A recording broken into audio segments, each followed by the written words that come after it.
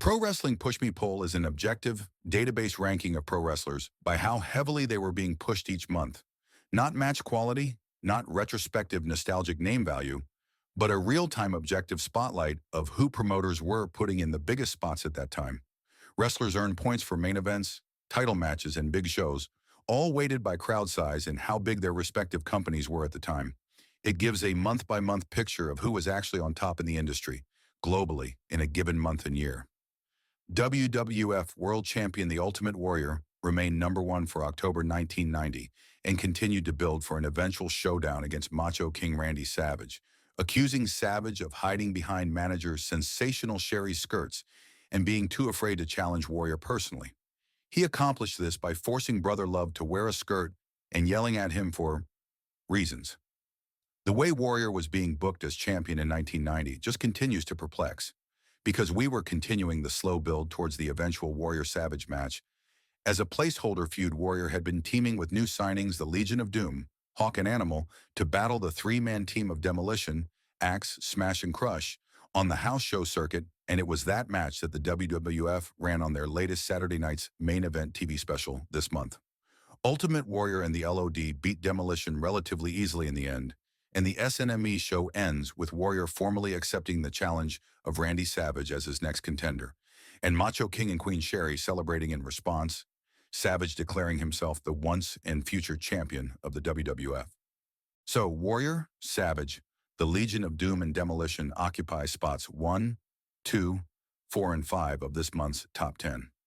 In the second of two big tag matches at Saturday night's main event, the heavyweight team of Hulk Hogan and Tugboat, who placed number 6 this month as a unit, remained locked in a doubles program against Earthquake and Dino Bravo.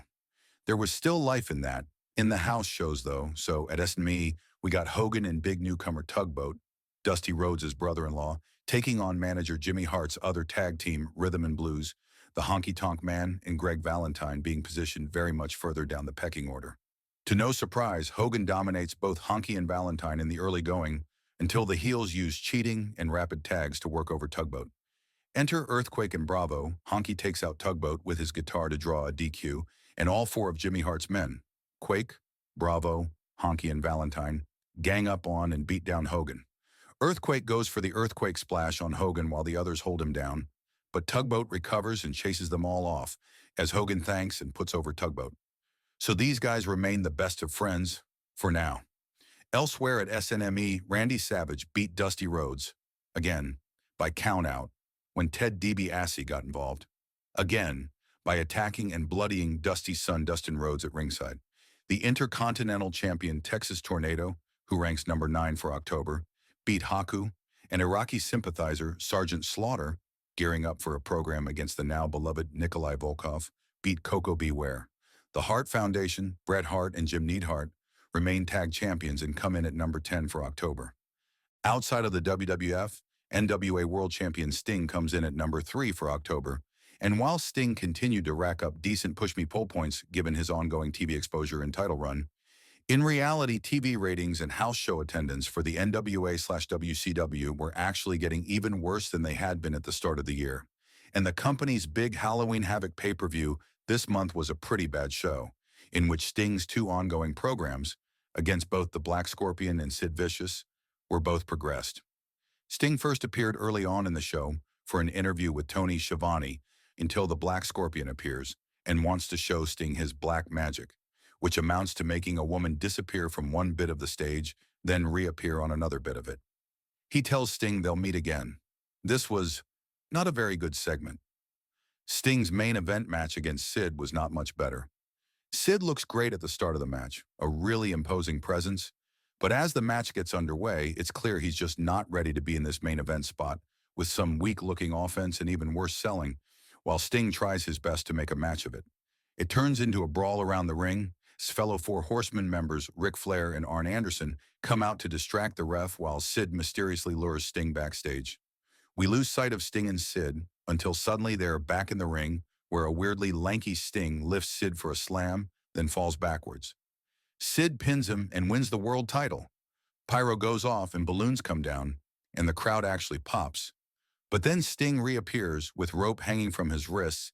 The match just randomly restarts, and Sting now pins Sid to just retain the NWA belt.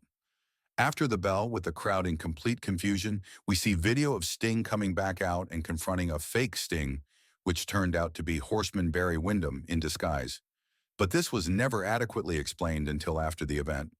It was actually a pretty clever angle in theory, but the execution of it was completely botched.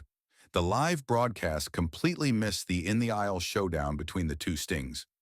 The announcers, Jim Ross and Paul E. Dangerously, didn't explain properly what was going on and seemed as confused as the audience were, and the whole thing ended up being a total mess that no one came out of looking good.